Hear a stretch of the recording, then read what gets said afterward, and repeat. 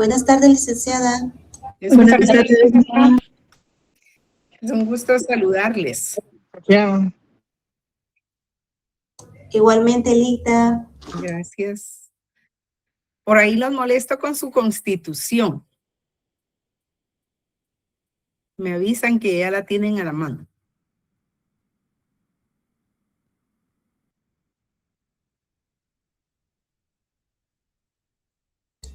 Sí, licenciada, ya está. ¿Ya la Gracias. tenemos, Rosario? Ya está, licenciada. Vale. Hágame favor, léanos el artículo 43.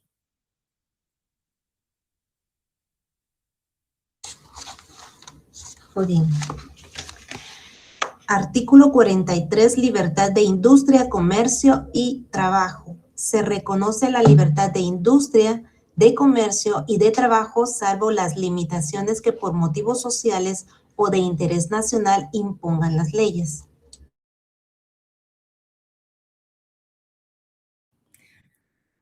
¿Alguien más tiene por ahí su constitución?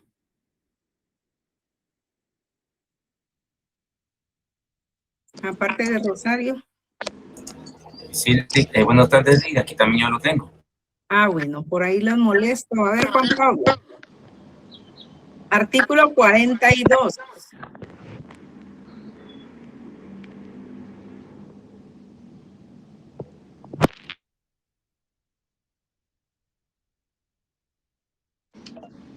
Buenas tardes, licenciada. Perdón, Buenas tardes. ubicando mi juego. Dame un segundito, perdón. Es No que tenga- estoy llegando del trabajo. No tenga pena.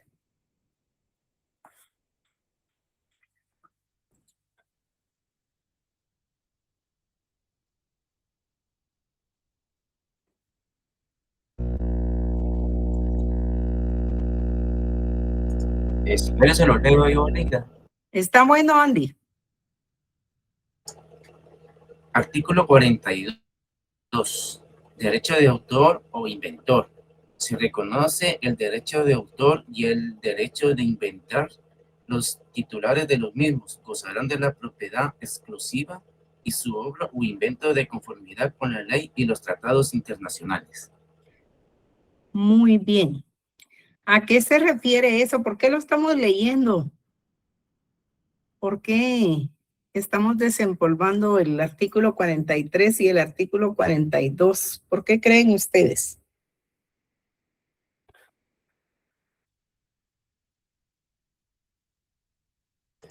Liga, yo me imagino que es cuando están registrando, por ejemplo, como que están diciendo de los autores, los libros, que están editando sus propios libros, obras o algunas situaciones que ellos mismos inventen.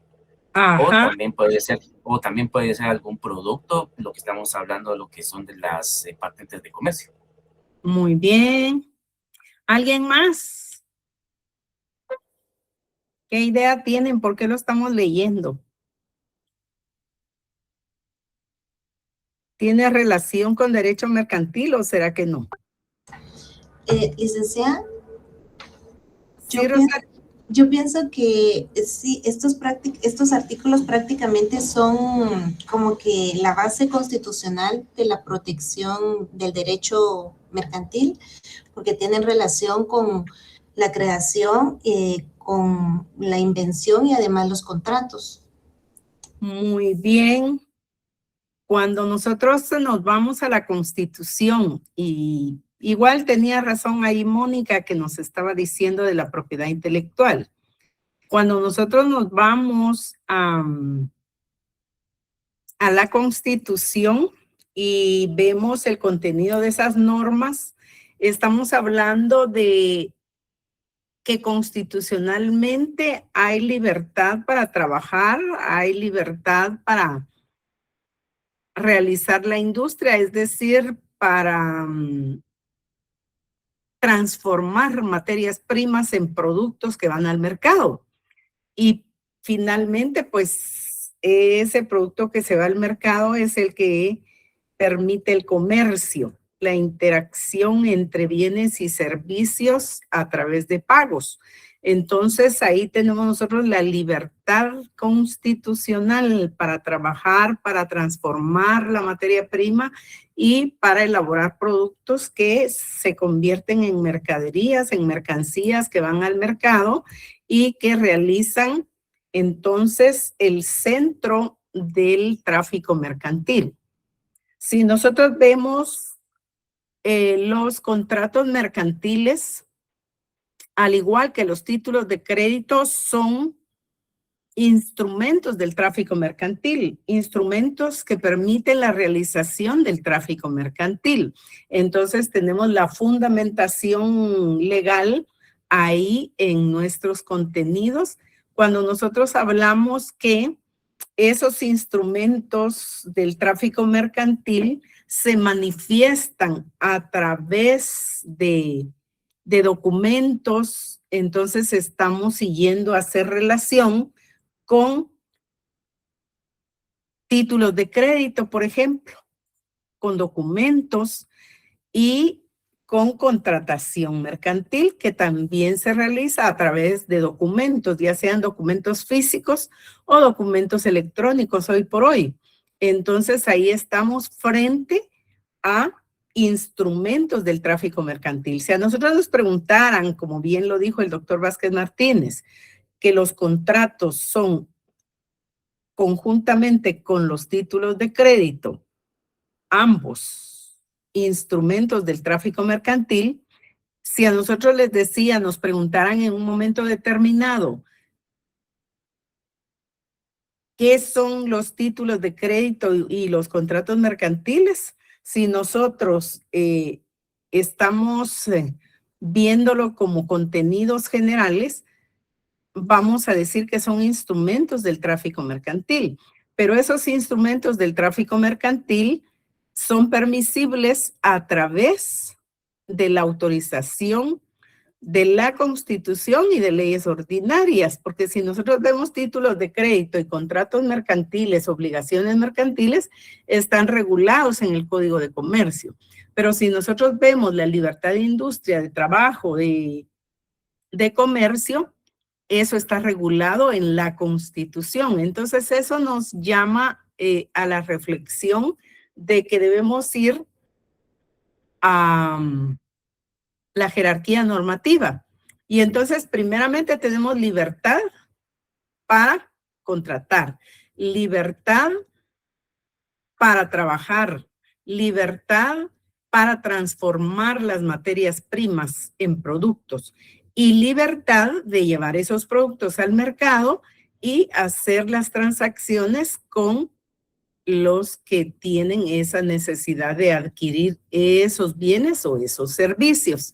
Entonces ahí estamos frente a los instrumentos del tráfico mercantil, que son los títulos de crédito y son los contratos mercantiles. Todos los contratos mercantiles en toda su clasificación. Ya dijimos que los contratos mercantiles se clasifican en típicos, atípicos, solemnes, contratos de adhesión. Cuando nosotros vemos el derecho de obligaciones mercantiles, pues obviamente esto nace en el tráfico mercantil, porque ahí al manifestarse ese tráfico mercantil, pues obviamente se va a nacer a la vida jurídica relaciones obligacionales. Entonces, de esas relaciones obligacionales nos damos cuenta y para eso pues vamos al derecho de obligaciones, ¿verdad? Que ustedes ya están en civil viendo derecho de obligaciones. Entonces se van al Código Civil y luego, ¿qué está pasando? Que están ahí llorando. Entonces, tenemos ahí el contenido de derecho de obligaciones, aplicamos ese contenido de derecho de obligaciones al derecho mercantil y entonces encontramos que hay un derecho común de obligaciones y contratos, ¿verdad? Entonces tenemos ese derecho común de las obligaciones y tenemos los contratos. Entonces, tenemos obligaciones civiles, tenemos obligaciones mercantiles, tenemos contratos civiles y tenemos contratos mercantiles. Entonces, ahí nos damos cuenta que estamos frente a ese contenido de contenido programático de nuestro programa, ¿verdad? En donde aparece ese derecho de obligaciones y contratos mercantiles, pero tiene su origen en principio en el derecho civil y de ahí lo traemos al derecho mercantil. No es diferente en su totalidad. Hay diferencias sustanciales entre el derecho de obligaciones civiles y el derecho de obligaciones mercantiles. Cuando nosotros hablamos de las obligaciones, estoy haciendo así como un repasito de lo que hemos estado viendo, entonces vamos a encontrar siempre que la obligación es un vínculo jurídico. Es un vínculo jurídico que, valga la redundancia, nos obliga a una necesidad de hacer efectivo un pago o de entregar una cosa según sea el derecho que se esté ejercitando y del lado de la contratación que estemos en ese momento. Entonces, ahí hablamos como la obligación, ese vínculo jurídico que nos constriñe, ¿verdad?, en la necesidad de hacer efectivo un pago de una cosa, de entregar una cosa o de estar en función de lo que estamos contratando.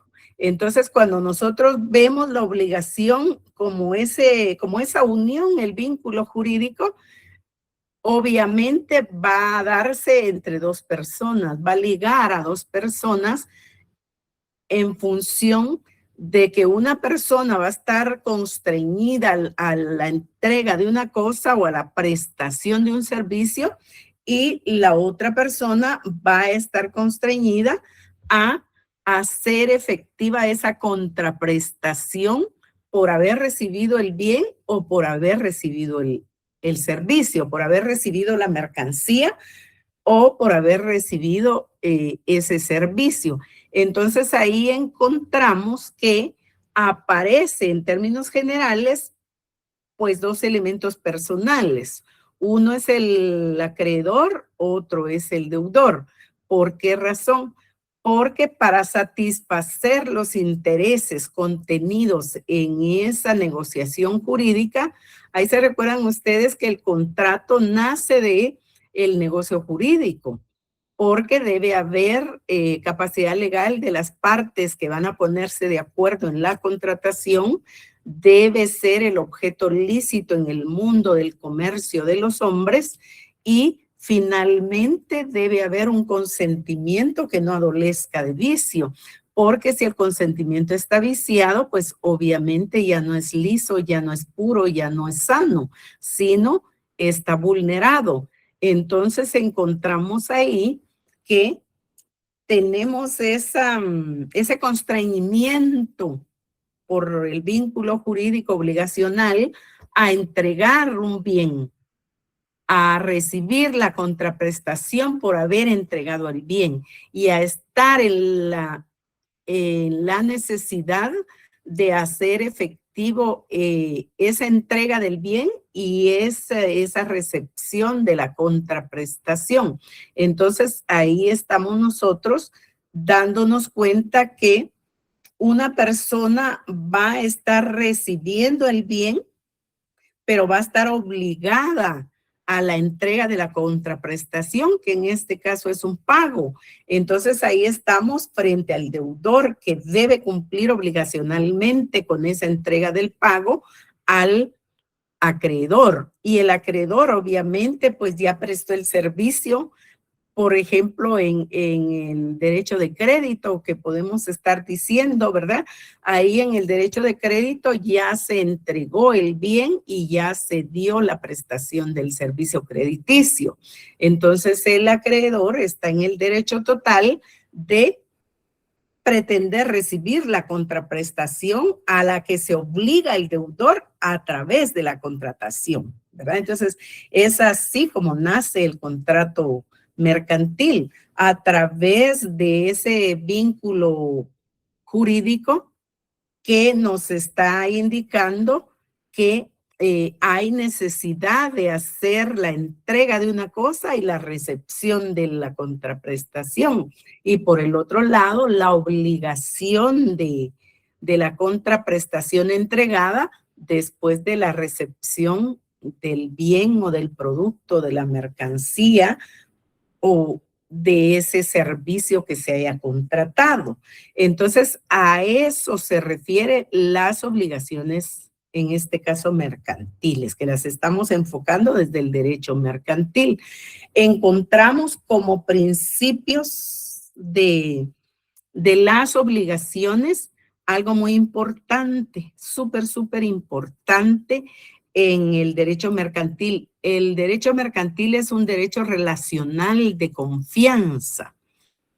Lo caracteriza la confianza. Entonces, cuando nosotros encontramos en las obligaciones mercantiles que son de alguna manera similares a las civiles, pero que tienen su diferenciación, encontramos entonces que hay características diferenciadoras entre obligaciones mercantiles y obligaciones civiles. Encontramos, y por ahí ya creo que ustedes vieron algo de esto, encontramos que hay principios filosóficos. Los principios filosóficos son como que ustedes se trasladen en el tiempo imaginariamente a su salón de clase. Y si ustedes se recuerdan bien de su salón de clase, encontramos ahí que los salones tienen en su construcción y en su infraestructura columnas de hierro muy bien forjado, muy bien hecho, porque ahí tiembla y tiembla, y el último temblor, pues estábamos por ahí y no nos pasó nada. Entonces eso también denota de que esas columnas son fuertes. Pero ¿por qué traigo a colación estas columnas que sustentan, que están también cimentadas, que pueden estar soportando 3 niveles de concreto, ¿verdad? Por ejemplo, en el S2, que nos mantenemos más cuando estamos recibiendo clases. Entonces, ahí nos podemos dar cuenta que esas columnas, ustedes se están trasladando en el tiempo para allá, y se dan cuenta de esas grandes columnas. Ustedes recibieron clases en el 108. Entonces, vean las columnas de ahí. Y se van a dar cuenta, digo, verlas imaginariamente, por supuesto. Y entonces, esas columnas son el sostenimiento fuerte que tienen esos edificios, esos pisos, esos niveles. Entonces, traigo a colación eso porque los principios filosóficos en el derecho mercantil son eso. Son ese contenido, ¿verdad?, que es interpretado, que es desarrollado y que es ejecutado conforme, ¿verdad?, a la buena fe guardada y la verdad sabida.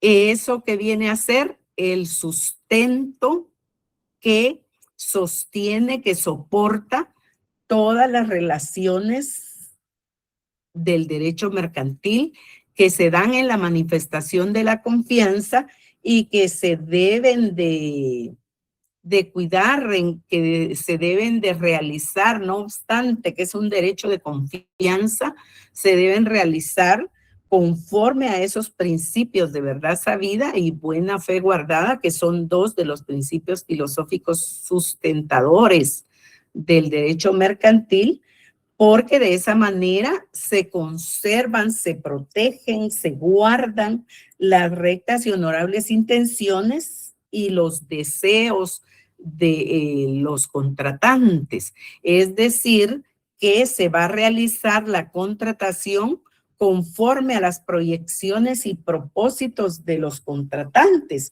porque se están realizando de conformidad con la verdad sabida y la buena fe guardada. Entonces ahí encontramos nosotros para qué sirven esos principios filosóficos y qué nos dan como consecuencia. De esa cuenta voy a molestar a alguien que en su libro cuarto nos lea el artículo 669. Ahí están los principios, yo creo. 669, Lita. Ok. Por favor. Artículo 669. Principios filosóficos. Las obligaciones y contratos mercantiles se interpretarán, ejecutarán y cumplirán de conformidad con los principios de verdad sabida y buena fe guardada, a manera de conservar y proteger las rectas y honorables intenciones y deseos de los contratantes, sin limitar con interpretación arbitraria sus efectos naturales. Muy bien. Entonces, palabras más, palabras menos, lo que leyó por ahí el compañero Alfredo, es eso, ¿verdad? Que las obligaciones, porque estamos hablando de obligaciones y contratos mercantiles, que las obligaciones y los contratos mercantiles se van a interpretar, se van a ejecutar y se van a cumplir de conformidad con esos principios filosóficos, ¿verdad? De la verdad sabida, es decir, la verdad sabida entre los contratantes, es decir, que se va a realizar la manifestación de la verdad del contenido contractual al que se le pretende dar forma, ¿verdad? Y dada la forma, va a estar dada en función de la verdad, tanto de una parte como de la otra de las partes contratantes. Igual la buena fe guardada. ¿Qué quiere decir la buena fe guardada? Dijimos que el consentimiento no debe adolecer de vicios, ¿verdad? Entonces no debe haber simulación, por ejemplo, y la simulación es un vicio del consentimiento, si ustedes se recuerdan en civil. Entonces no va a haber simulación. ¿Por qué? Porque vamos a cumplir con la buena fe guardada, porque vamos a estar hablando con la verdad sabida. Entonces yo ya le hice saber a la otra parte contratante la verdad. Yo tengo buena fe para contratar. Entonces no van a haber contenidos subrepticios que llamen a error a los contratantes. A eso se refieren los principios filosóficos, que esas obligaciones, que esos contratos se deben interpretar conforme a la verdad sabida y la buena fe guardada, que se van a desarrollar siempre bajo la premisa de la verdad y la buena fe. Y finalmente se van a cumplir tal cual se pactó en el contrato, tomando en consideración la verdad y la buena fe. A eso se refieren esos principios filosóficos del derecho mercantil. Encontramos a su vez que las obligaciones en cuanto a sus características, podemos encontrar que no solo tienen esa particularidad de los principios filosóficos, sino que también hay solidaridad de deudores. Cuando nosotros hablamos de la solidaridad, ¿cómo es la solidaridad? ¿A qué se refiere la solidaridad en civil, que es lo que ustedes ya aprobaron? Ya aprobaron. Licenciada, Sí, Rosario. se refiere a que, por ejemplo, cuando hay varios deudores, cualquiera puede ser, digamos que constreñido es la palabra, o Sí. digamos obligado a cancelar la deuda, independientemente que sea de todos. Ajá. Muy bien.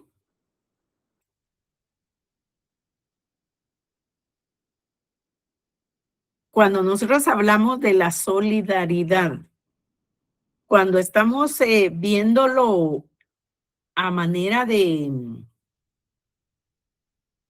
cómo se manifiesta en civil la solidaridad y cómo se manifiesta en mercantil, entonces encontramos que hay una diferencia, o leve o sustancial, como ustedes quieran verlo, pero ya cuando uno se maneja en el mundo del derecho mercantil, pues obviamente es sustancial, porque hay solidaridad, como bien lo explicaba Rosario. La solidaridad quiere decir, tú no puedes pagar, yo voy a pagar y vamos a liberar, ¿verdad? Vamos a liberarnos de esta obligación. La diferencia es que en el caso de civil, si usted cumple con su obligación, entonces está liberada de su obligación. ¿Por qué? Porque usted cumplió y así se pactó contractualmente, ¿verdad? ¿Puede usted asumir la responsabilidad de terceros que estén dentro de la misma contratación? Sí, sí se puede y hay derecho de repetición, igual que lo hay en mercantil. Sin embargo, en mercantil la diferencia es que la solidaridad se manifiesta en que debe estar cumplida 100% la obligación para poderse liberar de la misma. Si es el caso que solo Rosario hace efectivo su pago y por eso se va a liberar, en mercantil no es posible, sino que tiene que estar cumplida totalmente la obligación para liberarse de la misma. En caso contrario, no hay liberación alguna. Así funciona la solidaridad en cuanto al derecho mercantil. Entonces, yo puedo hacer efectivo el pago de mi obligación en mercantil en una obligación solidaria. Sí lo puedo hacer, pero ¿qué pasa frente a la situación? Pues entonces encontramos que hay una solidaridad mancomunada, ¿verdad? ¿Se recuerdan ustedes de la solidaridad mancomunada, que puede ser simple, que puede ser solidaria? ¿Sí se recuerdan? Sí, así es. Sí. Muy bien. En el caso de la solidaridad en mancomunidad simple, es la que estamos explicando. Usted cumple con esa parte proporcional de la obligación y al cumplir, pues usted ya respondió por esa parte y ya no tenemos más problema. A contrario sensu, cuando hablamos de la mancomunidad solidaria, pues obviamente funciona diferente, porque estamos hablando de una totalidad. Es decir, que cada uno de los contratantes va a responder de la totalidad frente al acreedor o al sujeto que tiene el derecho, ¿verdad? Entonces, esa es la diferencia, que siempre va a ser mancomunidad solidaria en el caso de los deudores, como opera en el derecho mercantil. Entonces, encontramos ahí que se va a manifestar la obligación de una manera distinta, ¿verdad? A diferencia de la simple, porque la simple en civil usted cumple y se libera. En mercantil se da la solidaridad mancomunada, ¿verdad? Solidaria. Entonces, ahí nosotros cumplimos cuando se cumple con la totalidad de la obligación, ¿verdad? Entonces, esa es una diferencia de las características especiales que tienen las obligaciones en materia de derecho mercantil, o sea, obligaciones mercantiles. Cuando hablamos nosotros, ahora vean ustedes, de la exigibilidad de las obligaciones, nos estamos refiriendo a que va a haber un momento en que la obligación va a ser posible exigirla en el momento que la contratación establezca que es exigible. ¿Cuál es la forma más común de cumplimiento y exigibilidad de las obligaciones mercantiles? Pues es el vencimiento del plazo. Hay un contrato y hay un plazo para el cumplimiento de las obligaciones contenidas en ese contrato. Entonces, ¿ahí de qué estamos hablando? Que la forma normal, la forma común de que una obligación sea exigible, o sea, por eso se llama la exigibilidad de las obligaciones puras, es que haya vencimiento del plazo. En el contrato se estableció un plazo y se debe de cumplir con él para la entrega de los bienes, para la prestación de los servicios y para la entrega de la contraprestación o pago por ese servicio o por ese bien recibido o por esa prestación que se recibió. Entonces ahí encontramos que es la forma más común de que nosotros encontramos la exigibilidad de las obligaciones, que es otra característica de las obligaciones mercantiles. Ahora bien, ¿qué pasa si en el contrato no se establece un plazo para el cumplimiento de la obligación? Si fuera el caso,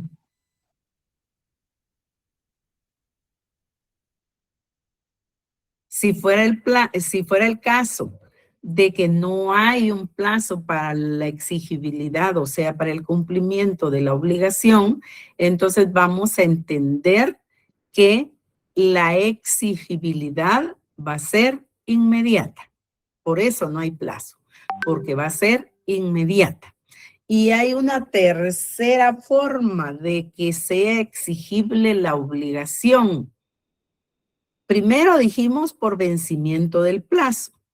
Segundo, estamos hablando de que si las obligaciones son sin plazo, entonces vamos a encontrar que se omitió pactar el plazo o se dejó a la voluntad del deudor, por ejemplo, fijar la duración de ese plazo.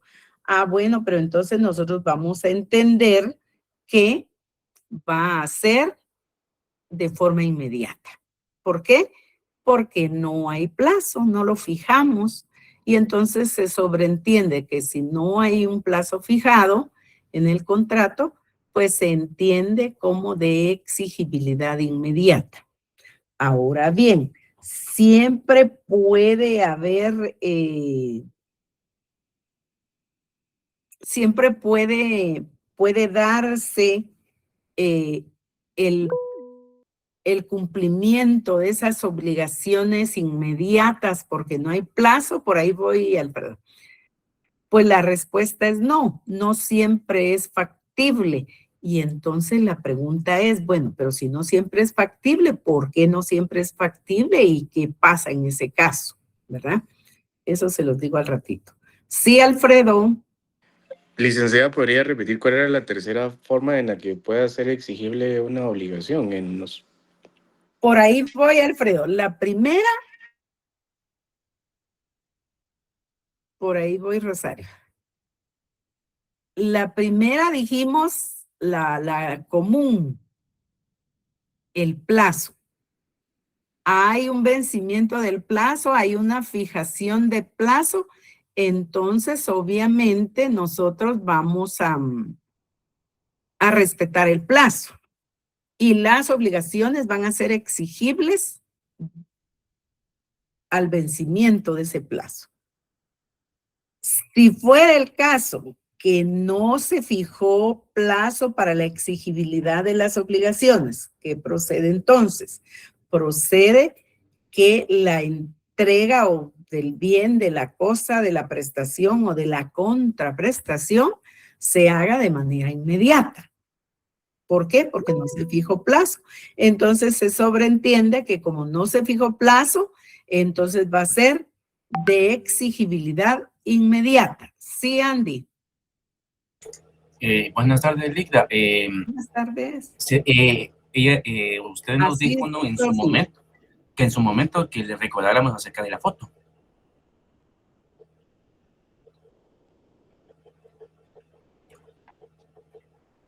A Ligda, ver. Sí, dígame eso, Andy.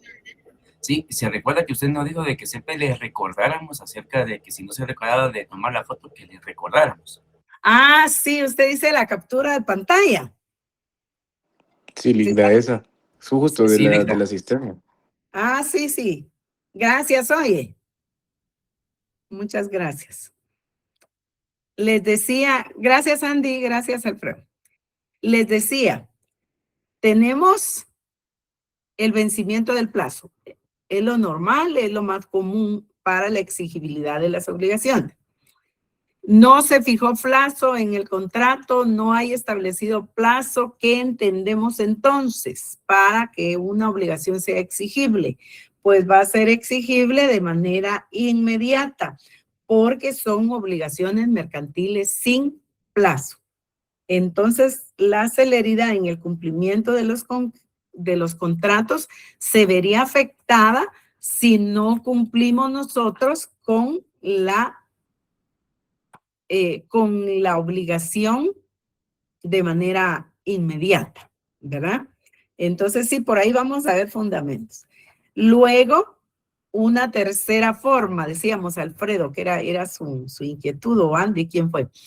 Encontramos entonces que la tercera forma es, no se estableció vencimiento del plazo, o sea que no hay plazo establecido, pero no se puede exigir el cumplimiento inmediato. ¿Por qué? Por la naturaleza de la cosa objeto del contrato. Entonces, en ese caso surge la tercera posibilidad, que va a ser exigible la obligación de conformidad con la naturaleza de la cosa objeto del contrato que deba entregarse, ¿verdad? Con la cual haya que cumplir la obligación. Hasta ahí está un poquito confuso. Ahora bien, yo les digo, si tenemos un vencimiento de plazo, la exigibilidad de la obligación es clara. Se va a realizar al vencimiento de ese plazo. Si no hay plazo y es una obligación mercantil sin plazo, entonces, ¿qué corresponde? Corresponde que su exigibilidad sea inmediata. Ahora bien, en una obligación sin plazo, puede no ser de exigibilidad inmediata. Eso parece una contradicción. Pero ¿qué pasa? Si la naturaleza de la cosa, objeto del contrato, no permite que sea exigible de manera inmediata, habrá que esperar que haya la posibilidad de que sea exigible esa obligación de conformidad con la naturaleza de la cosa objeto de ese contrato. Por ahí voy, Guillermo. Ahora bien, si hay una obligación exigible de acuerdo al vencimiento del plazo, no necesitamos más que ver que haya cumplimiento del plazo. Si se hace exigible de manera inmediata porque no tiene plazo, hay que cumplir aquí y ahora. Tampoco nos da problema. Pero si no tiene plazo, se hace exigible la obligación, pero no se puede cumplir por la naturaleza de la cosa objeto del contrato. Voy, Guillermo, a resolver su duda. Un ejemplo sería el que se contrató la entrega de una cosecha, díganme de qué, de maíz, de café, de cardamomo. Ah, bueno, ¿será que la cosecha de café es exigible de manera inmediata si no hay una fecha de plazo en el contrato?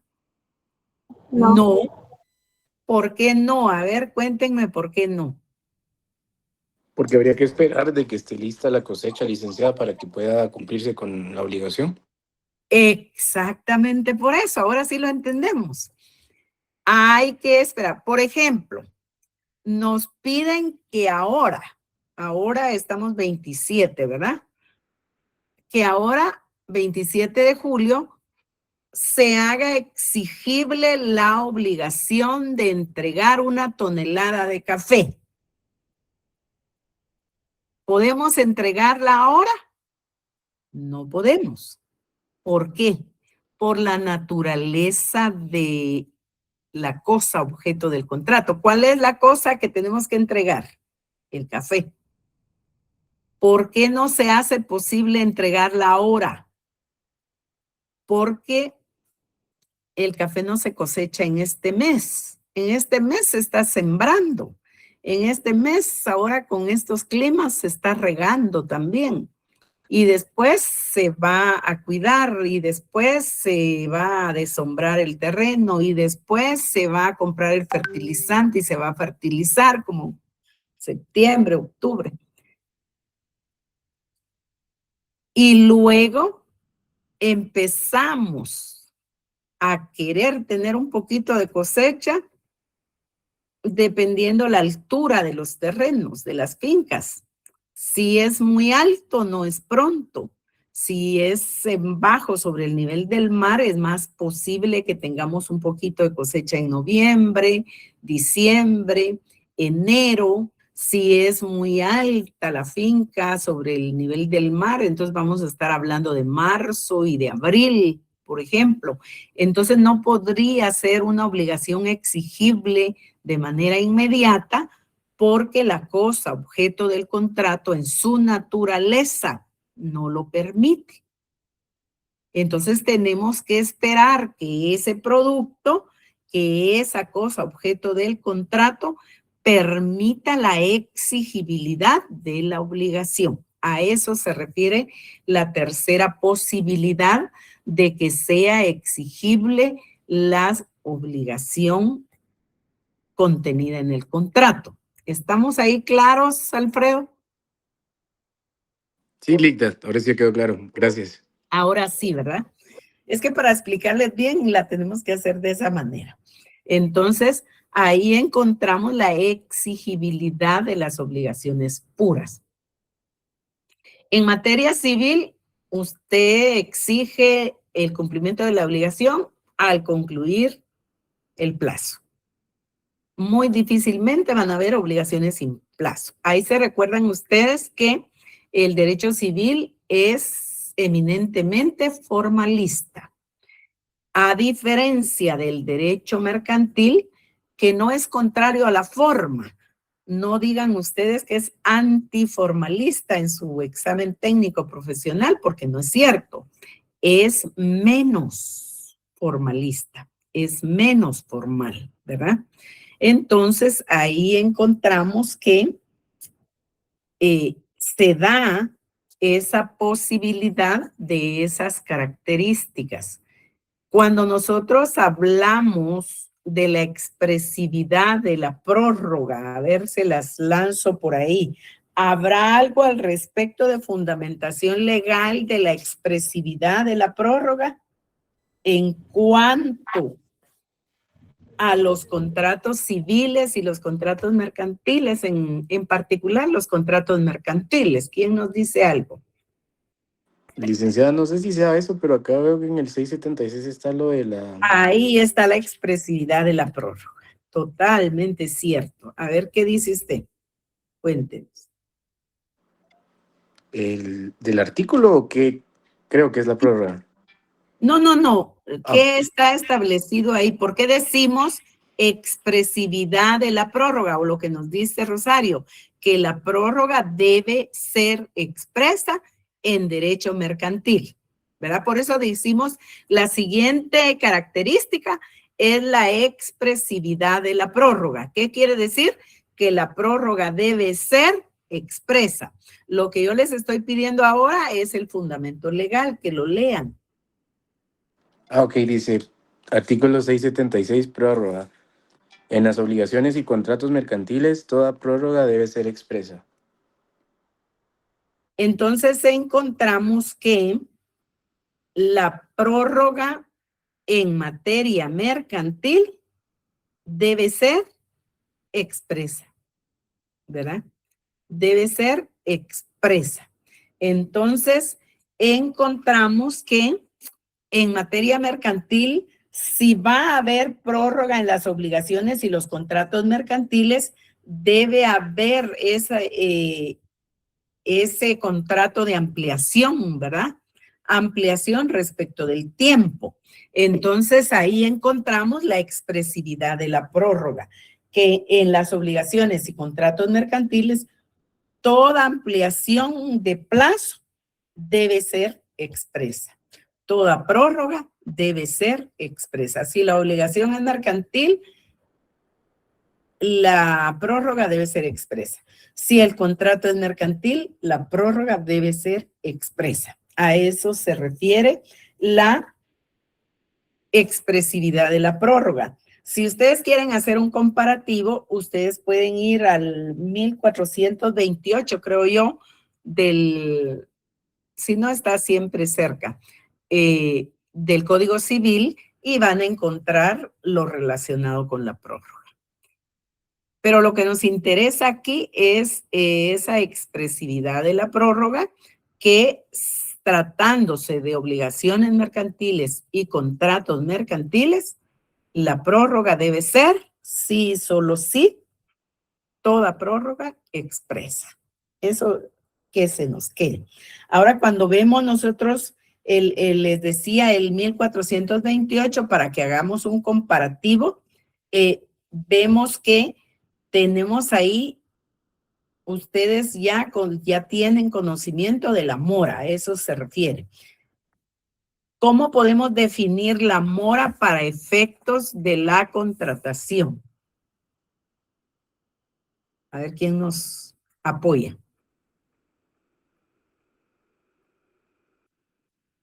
Licenciada, mire, esto está en el artículo 677 del Código de Comercio, pero tal vez dicho de una forma más simplificada, Sí, como sería usted lo simplemente, entienda. sería no cumplir con la obligación. Muy bien, muy bien. No, Rosario. Prórroga quiere decir ampliación. Ampliación de plazo. Entienda usted la prórroga como la ampliación de un plazo, ¿verdad? Se prorrogó el plazo. Usted se tenía que asignar el 17 de julio. Se prorrogó el plazo al 27 de julio. Esto no es cierto, solo es un ejemplo. No vayan a ir a pelear por eso. Entonces ahí estamos hablando de prórroga. Ahora la mora no es eso. La mora es el retardo, el atraso en el cumplimiento de la obligación mercantil. En este caso, mercantil, ¿verdad? Hay mora en civil, por eso los mandé al 1428, para que ustedes vean cómo opera la mora civil, que está ahí regulada, y cómo opera la mora mercantil, que está en el 677, como bien lo dijo Alfredo.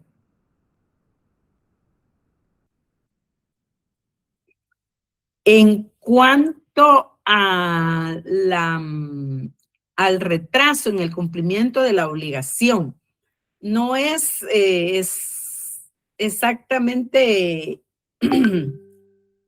que le diga que no en esto que me está indicando por ahí Dalina,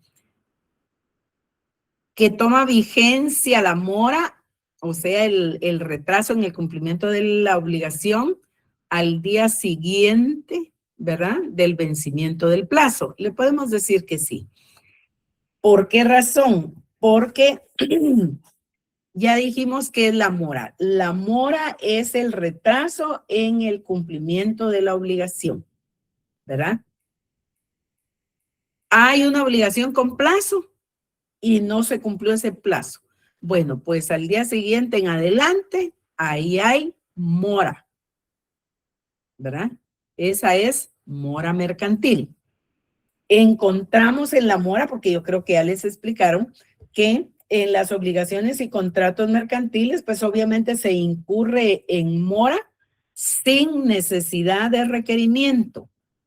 Desde el día siguiente a ese día en que vencen o en que se hacen exigibles las obligaciones o los contratos mercantiles. Entonces, ahí estamos frente a la mora. Se van a exceptuar ahí, pónganle otras obligaciones mercantiles, ya sea contenidas en títulos de crédito o que expresamente se hubiera pactado en contratos que no hay ningún problema si se cae en mora, ¿verdad? O sea que no hay mora aún cuando hubiera retraso en el cumplimiento de la obligación. Si el contrato así lo estableciera, pues es de estricto cumplimiento, no habría mora. Pero eso en mercantil no suele ocurrir, ¿verdad? Al contrario. Entonces encontramos que la mora opera sin requerimiento en mercantil. Por eso se llama automaticidad de la mora. O vean lo más fácil, la mora opera de manera automática. Por eso se llama automaticidad de la mora, porque la mora es automática. Tan pronto se cumplió el día del vencimiento del plazo y no se cumplió con la obligación, ya caímos en mora.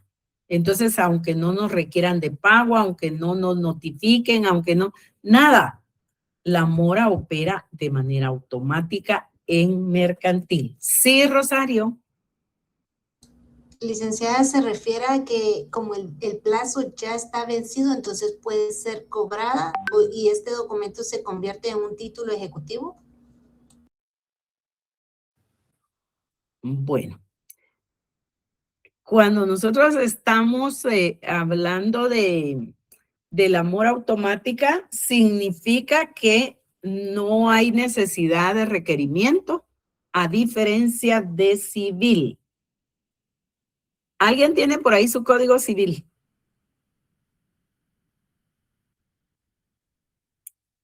Sí, aquí lo tengo, Lita.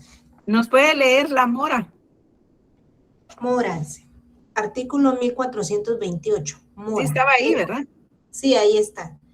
El deudor de una obligación exigible se constituye en mora por la interpelación del acreedor.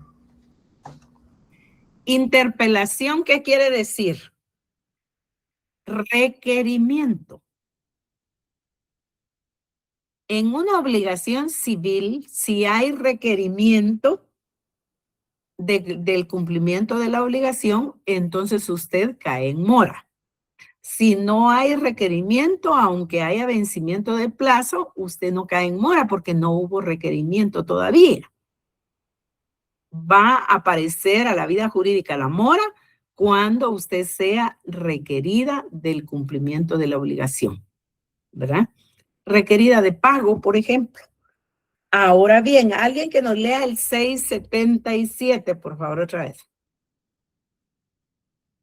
Para que hagan el comparativo con lo que nos leyó Rosario. Artículo 677, mora. En las obligaciones y contratos mercantiles se incurre en mora sin necesidad de requerimiento desde el día siguiente a aquel en que venzan o sean exigibles. Se exceptúan de lo dispuesto en este artículo los títulos de crédito y las obligaciones y contratos en que expresamente se haya pactado lo contrario. Muy bien, Sofía, gracias. Entonces, vean, la diferencia es sustancial. Aquí leámoslo de esta manera. En las obligaciones y contratos mercantiles se incurre en mora sin necesidad de interpelación desde el día siguiente a aquel en que venzan o sean exigibles. Ahora vayámonos a civil. En las obligaciones y contratos civiles se incurre en mora cuando sí existe el requerimiento del cumplimiento de la obligación. O sea, solo estoy parafraseando el 1428. Entonces, ¿se dan cuenta de la diferencia? En civil debe haber requerimiento. En mercantil no hay necesidad de requerimiento. Se lo repito. En civil debe haber interpelación para que nazca a la vida jurídica la mora. En mercantil no hay necesidad de interpelación para que nazca a la vida jurídica la mora. Ahora sí. ¿Sí estamos? Sí, tengo una consulta. Dígame. En el caso en el que la exigibilidad, pues no está estipulado un plazo para el vencimiento, entonces, ¿cómo cambia la mora? No cambiaría porque se haría de manera inmediata. Y en el caso de inmediata, que me quedó la duda y no escuché bien cuando sí me respondió, perdone, inmediato significa que en cuanto la fecha esté estipulada ahí en el contrato, porque se pone una fecha de cuando se hizo el contrato, ya se puede exigir la obligación, o significa que en cualquier momento la persona lo puede cobrar. En cualquier momento se puede exigir porque es de cumplimiento inmediato, es de exigibilidad inmediata. Por eso se llama de exigibilidad inmediata. ¿Quién va a exigir el cumplimiento de la obligación? El acreedor. El acreedor. ¿Cuándo lo va a hacer? Cuando quiera. Cuando quiera. Y usted va a ser la deudora. Entonces va a estar obligada al cumplimiento de la obligación de manera inmediata. O sea que usted debe estar preparada para cumplir con esa obligación en el momento que se le haga exigible. ¿A eso se refiere, Sofía? Gracias. Entonces, en el caso en el que sea inmediata la mora, es cuando empieza a incurrir, cuando la persona cobre y no pueda el otro pagar, entonces ya está incurriendo en mora. Exactamente. Ok, sí. Mira, muy amable. Muy bien. Entonces ahí estamos en la automaticidad de la mora. Les pongo un ejemplo. En el caso de civil, por ejemplo. En el caso de civil, hay un retraso en el cumplimiento de la obligación de rentas, un contrato de arrendamiento. Entonces, vemos que hay rentas atrasadas, pero no hay requerimiento, no hay interpelación, no hay la exigibilidad del cumplimiento de la obligación. No se vaya a quedar usted sin pagar toda la vida, pero el caso es que todavía no hay mora, porque la obligación no ha sido exigible, ¿verdad? Entonces, al momento del requerimiento, nace la mora civil a la vida jurídica. A diferencia, ese es un ejemplo de materia civil. En materia mercantil, el ejemplo tipo por excelencia son las tarjetas de crédito. ¿Cómo operan las tarjetas de crédito? ¿Será que le recuerdan a usted que usted tiene incumplimiento de la obligación de pago? Sí. No. No precisamente. Ya cuando usted no paga y no paga y no paga, pues a lo mejor sí. Pero tan inmediato que la obligación se hace exigible, no hay requerimiento porque no es necesario el requerimiento para que nazca la vida jurídica, la mora, en materia de obligaciones y contratos mercantiles.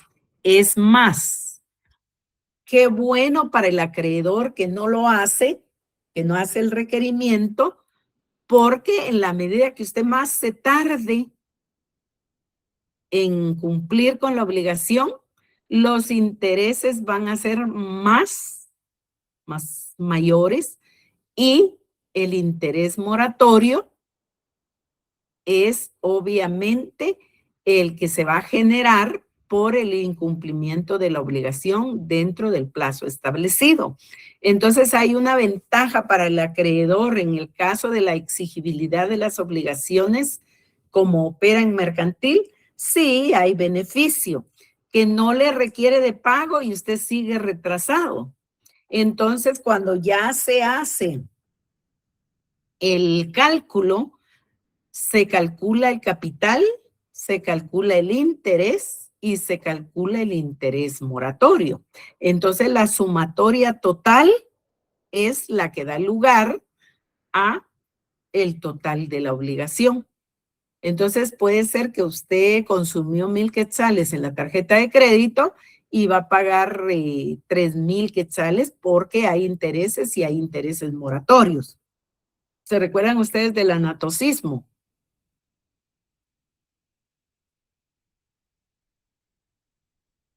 No.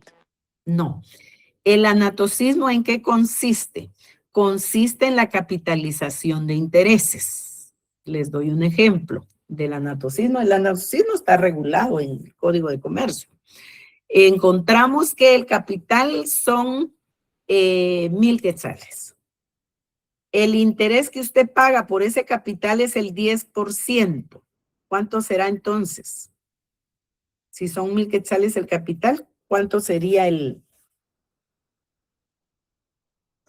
100 quetzales. 100 quetzales. Muy bien, Aldo Josué. Dice que para ser buen jurista hay que ser buen matemático. Entonces, encontramos que ya tenemos 1,100. Y saquémosle el interés moratorio otro 10%. ¿Cuánto tendríamos que pagar porque caímos en mora? Si eran 1,100, 110. vamos a tener que pagar 110 más, ¿verdad? Porque vamos a estar pagando el 10% ya del capital más sus intereses moratorios. Entonces, estaríamos pagando ya habiendo globalizado el capital más interés moratorio. Entonces ya no serían 1,000, ya no serían 1,100, ¿verdad? Sino ya serían, ¿qué? 1,210. Porque no sería sobre el interés, sino sería sobre la globalidad del contenido dinerario.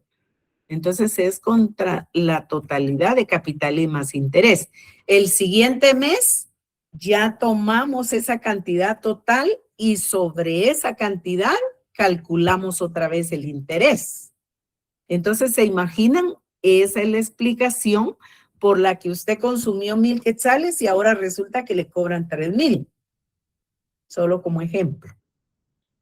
Entonces, ¿sí nos queda clara la mora en cuanto a los ejemplos? Cualquier parecido con la realidad es coincidencia, ¿verdad, licenciada? Totalmente, totalmente. Por eso el manejo de las tarjetas de crédito hay que tener mucho cuidado. No paguen solo el mínimo. Porque si pagan solo el mínimo puede ser una ventaja mercantil. El hecho de que se pague la totalidad antes del vencimiento del plazo. Porque entonces no le genera interés. Y entonces sirve para los negocios. Pero si usted paga el mínimo, cuando venga a sentir debe 10,000. Pero es por eso. Y esa es la realidad cotidiana de las tarjetas de crédito. Entonces, a los acreedores de las tarjetas de crédito le conviene que usted caiga en mora. Por eso ni le avisan. Entonces, porque eso va a provocar mayor rentabilidad. Ese es el punto. Ahora veamos que por ahí tenemos la formalidad de los contratos. La formalidad de los contratos. Me voy a salir un poquito de las características. La formalidad de los contratos. Estamos viendo que los contratos mercantiles no están sujetos para su validez a formalidades especiales. Entonces vemos que una vez tengan forma de contrato y el idioma en que fueron redactados es el que convinieron las partes y que hay una norma que establece que la contratación y todos los negocios deben realizarse en idioma español en Guatemala, entonces, pero puede ser que no se haya contratado en Guatemala y haya que cumplir el contrato en Guatemala. ¿Cuál sería un ejemplo? Por ejemplo, la franquicia.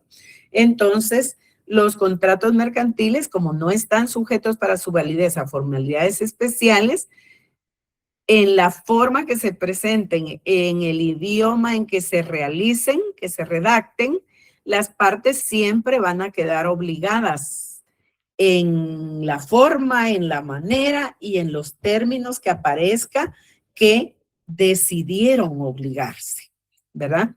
Entonces encontramos que los contratos mercantiles van a cumplirse, van a redactarse, van a cumplirse y para ello no necesitamos formalidades especiales, sino la formalidad que quisieron darle los contratantes. Eso es bien importante. Y a su vez, también vamos a encontrar que los contratos que se hayan realizado, que se les haya dado forma en Guatemala, pues deben de contratarse en idioma español.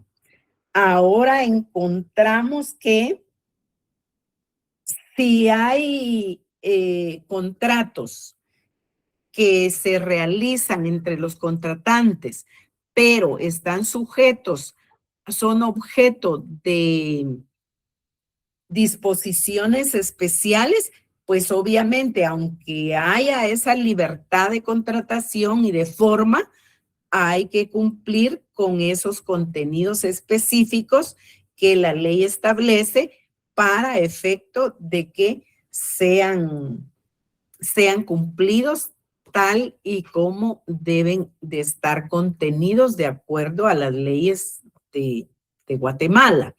Por ejemplo, si estamos hablando que en derecho mercantil se va a constituir, deciden los contratantes que dentro de los negocios que realizan van a contratar una sociedad mercantil, por ejemplo, entonces nos vamos al artículo 10, 14 y 16 del Código de Comercio y encontramos que ese contrato debe de cumplir con formalidades especiales.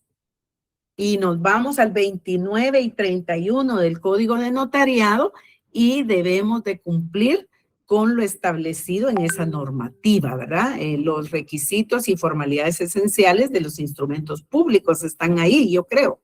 Entonces, vemos que a eso se refiere la excepción, que se exceptúan de esa libertad de contratación, de esas formalidades poco requeridas en materia de derecho mercantil para la validez de las obligaciones y los contratos, se exceptúan los contratos que de acuerdo a la ley requieren formalidades o solemnidades especiales, como en el caso de la sociedad mercantil, por ejemplo.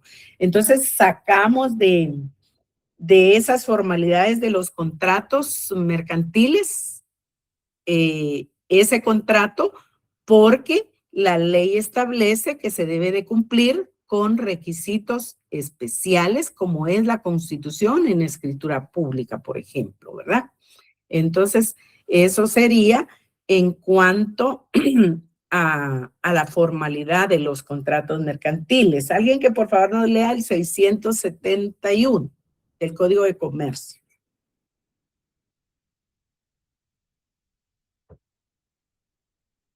671.